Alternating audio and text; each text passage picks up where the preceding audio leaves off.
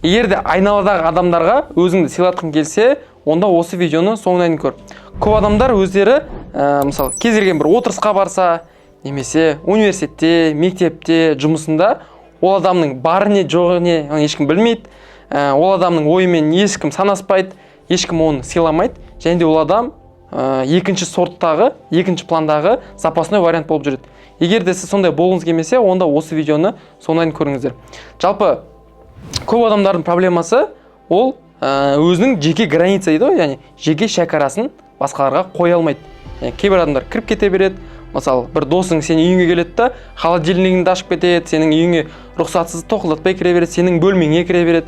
Сенің мысалы машинаң болса, машинаңды айдап кете береді. Тіпті сені әйеліңде, сені достарыңда, сенің кез келген орта сені сыйламайды. И адамдардың бәрі ойлауы мүмкін да, проблема ол ортада. Адамдар жаман, адамдар мені сыйламайды. Барлық адамдар ол дұрыс емес деп ойлауы мүмкін. Бірақ та проблема адамдарда емес.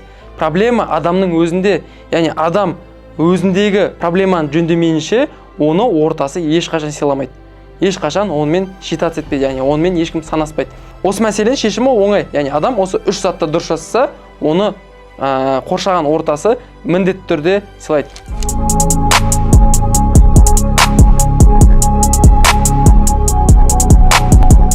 Ең бірінші зат ол жертва болмау. Яғни байқасаңыздар, өмірде жертва болатын адамдарды ешкім сыйламайды. Мысал келтірейік, сен бір сыныптастардың отырысы болады, сен не істейсің? Сен таксимен барасың, басқалар машинамен барды.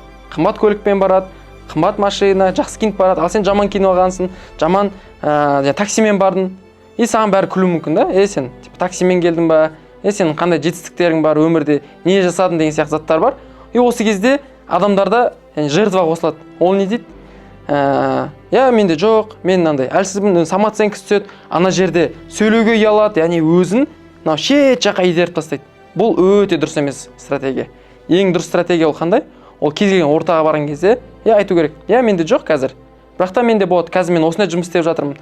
Қазір мен мына жерін дамытып жатырмын. Иншаллах менде болады. Яғни сен жетістікке жетпесең де, сен жетістікке жеткен адам сияқты өзіңді ұстауың керексің да. Ешқашан өзіңді басқа адамдардың алдында түсірмеуің керексің. Яғни жертва болмауың керексің. Өзіңнен басқа бір адамды мықты, өзіңе деген саған бір адамның неуважениесін сен жай ғана қабылдап, үндемей қоя салмау керек. Яғни конфликтіне болу керек. Сен өзіңнің жеке шекараңды қорғай білуің керексің. Сен өз ойыңды соңына айтып, яғни өзіңнің ойыңда нақты қалуың керексің. Сол кезде ғана адамдар сені, қоршаған ортаң сені сыйлайды.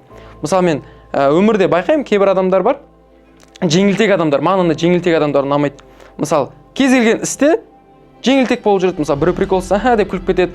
Біреуін басынан ұрып жіберсең, деп күліп кетеді. Мен ешқашан өзім достарыма да, қоршаған ортама да мен бүйтіп басымнан қалағанын ұрып, келіп маған қалаған сөзден айтқызбаймын. Тіпті жақын досым болса да, бұл дұрыс емес зат. Себебі кез келген адамның өзінің жеке шекарасы болу керек. Осы шекараны ешқашан басқа адамдарға өткізбеңіз. Бұл бірінші зат.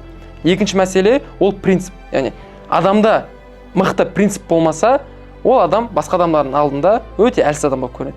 Мысалға, сен қоршаған ортаңда барлығы темекі тартып тұр да, и саған айтады: "Давай темекі тартсай ма? Бір затяк көрсей ма? Темекі тартсай." Сен: "Жоқ, мен темекі тартпаймын, мен темекі тартып көрмеген, мен темекі ешқашан тартпаймын" деп тұрасың да, соңында не істейсің?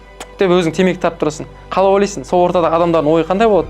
Бұл адам слабый. Яғни біз давай темекі тарт деп айтқаннан кейін, бұл адам темекі тартып кете салды. Яғни өзінің темекі тартпаймын деген сөзіне тұра алмады. Бұндай адамдарды қыздар да, ата-анасы да, достары да, жалпы қоғам ондай адамдарды сыйламайды. Мысалы, адамның белгілі бір өмірде бір принциптары бар. Яғни бұл принциптарды ешқашан бұзбаймын, мен осылай жүремін. Және де бұны бұзсаң, сен уже слабый адамсың, яғни әлсіз адамсың. Сол үшін де ешқашан принциптарымызды бұзбаймыз. Марғұлан Сембаев ағамыздың бір мықты сөзі бар да, айтады да, мықты адам дейді, ол ақшасы көп адам емес дейді. Мықты адам ол өте мықты принциптарын ұстап жүретін адам дейді. Сол үшін егер де сіз мықты адам болғыңыз келсе, міндетті түрде өзіңіздің принциптарыңыздан таймаңыз, өзіңіздің принциптарыңызды ұстап жүре беріңіз. Үшінші мәселе ол өзіңнің нақты баратын жолыңды білу. Мысалы, көп адамдардың мақсаты жоқ. Не мында кетіп қалады, не мына ортаға кіріп кетеді. Мысалға, сен тұрасың да звондайсың: "Кел." Мысалы, Алихан дейік, мысалы, "Алихан, кел, футбол ойнаймыз" дейсің да. Ол жұмысы болып тұр да, не істейді ол? Ладно дейді да, келе салады. Яғни жұмысын тастайды да, келе салады. "Жүр, брат, мына жұмысты бітіріп тастайық" дейді кейбіреу. Ол тұрады да, менде жұмыстарым бар еді деп айтпайды. Ол тұрады да, өз жұмысын тастайды да, басқа жұмысқа кетіп қалады. мысалға менде де болған туысқандарым, Еркебұлан жаңа мына посылканы алып күтіп ал, Еркебұлан мына затты сал жібер, Еркебұлан мына жұмысты бітір деген сияқты менің жұмыстарым бола тұра маған осындай задача беретін туыстарым болатын. Және де мен не істеймін? Мен жоқ деген сөз айтқан арқасында сен өзіңнің нақты баратын жолыңды білесің. Өзіңнің нақты жұмысың бар. Яғни сені туысқандарың да сыйлап бастайды, ата-анаң да сыйлап бастайды. Саған ешкім бүйтіп айтпайды. Бұл адам өзінің жұмысы бар, бұл адамның өзі қол бос емес. Яғни мен өзім бітіре салайын деп басқа адамдар өз жұмыстарын өздері бітіреді. Енді көп адамдар былай айтуы мүмкін да, бұл эгоизм, бұл дұрыс емес деп. Бірақ та сіз мынаны қараңызшы. Сіз екі адамсыз да, мына адамның өзінің жеке өмірі бар. Сіздің жеке өміріңіз бар да. Сіз мына адамға, мына менің жұмысын бітіріп бер деп айтасыз ба? Себепсіз өзіңіздің уақытыңыз бола тұра, өзіңіздің мүмкіндігіңіз бола тұра, немесе басқа адамға ақша беріп сол жұмысты бітіргізу мүмкіндігіңіз бола тұра, сіз айтасыз ба? Айтпайсыз. Яғни сіз біреудің шекарасын өтпей тұрсыз ғой. Ал неге ол сіздің шекараңызға өту керек? Яғни бұл дұрыс емес нәрсе. Сол үшін де әр адам өзінің өмірі бар, және әр адам өзінің өмір жолы бар. Яғни сіз өзіңіз нақты өмір жолыңыз болған кезде, сіз мына адам мынаны жаса, жаңа менің заттарымды күтіп ал, мен үшін жұмыс жасай сал деген сияқты заттарына сіз жоқ дейсіз да, өзіңіздің қалаған жұмыстарыңызды істейсіз. Осыған қатысты Илон Масктың әйелі, яғни интервью береді. Сол интервьюда Илон Масктың әйелі айтқан бір мықты сөз бар. Ол қандай сөз?